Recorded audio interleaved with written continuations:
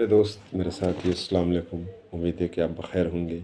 عافیت سے ہوں گے۔ میں بھی ٹھیک ہوں۔ کچھ پریشانی وبا کی آ گئی تھی، جس کی وجہ سے صبح ہم آپ کے ساتھ آن لائن نہیں ہو سکے، معذرت چاہیں گے، اور امید کرتے ہیں کہ آپ کی تراویح، آپ کا روزہ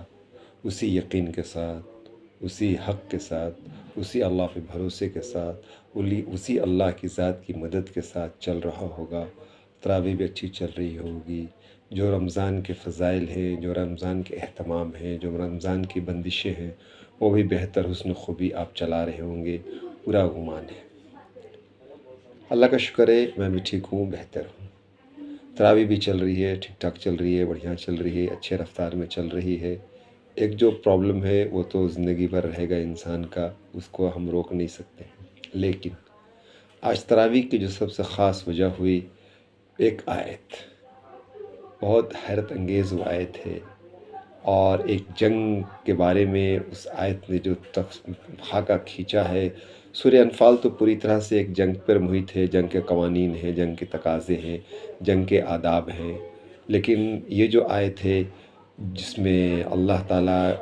حضرت محمد صلی اللہ علیہ وسلم میں مخاطب ہیں اور کی مخاطب ہیں، اس کا بھی پس منظر آپ کو ہم بتائیں گے۔ جو تفسیر بالرائے ہوگی، قرآن کی تفسیر نہیں ہوگی، جو ہم نے بزرگوں سے سنا، جو ہم نے کتابوں میں پڑھا، اور اس کے بعد جو ہمیں سمجھ میں آیا، ہم آپ کو وہ بتائیں گے کہ وہ آیت کتنا امپورٹنٹ ہے صحابہ کرام کے لیے اور تمام امت مسلمہ کے لیے اور قیامت تک آنے والی امت کے لیے۔ بسم اللہ الرحمن الرحیم، وما رمیت اذ رمیت ولکن اللہ رمی،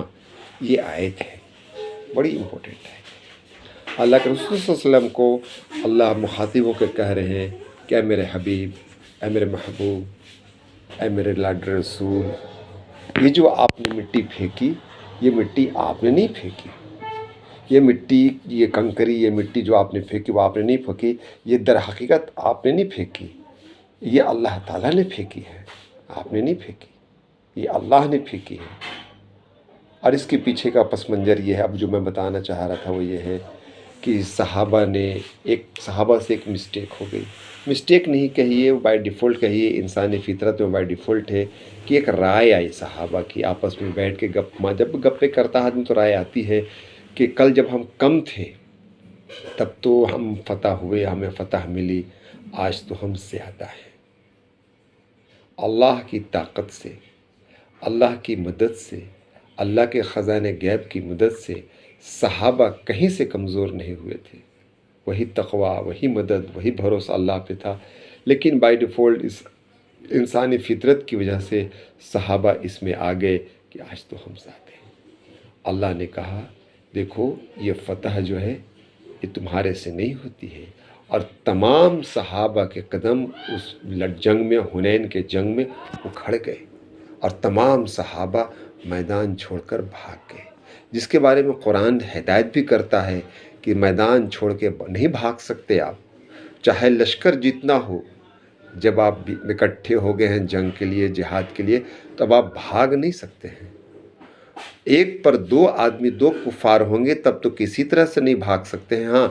دو سے زیادہ ہوں گے تب آپ جنگ کے میدان کو چھوڑ سکتے ہیں، لیکن صحابہ نے اس جنگ کے میدان کو چھوڑا، اور 15 لوگ صحابہ کرام رضی اللہ عنہ کی جماعت میں سے 15 لوگ اللہ کے رسول صلی اللہ علیہ وسلم کے ساتھ کھڑے رہے، جن میں ایک وہ شخص بھی تھا جن کے بارے میں اللہ کے رسول نے کہا تھا کہ حبشی تو ہمارے سامنے نہ آیا کرو، تم آتے ہو تو مجھے میرے چچا کی یاد آ جاتی ہے۔ جو بھی جنگ آج تک صحابہ کرام نے جیتی، نہ وہ ہتھیار پہ جیتی،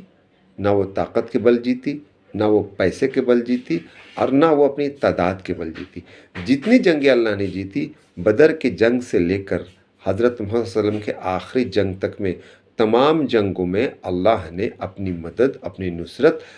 تمام صحابہ کے اوپر، تمام مسلمانوں کے اوپر بھیجی، تب جیتی۔ خیر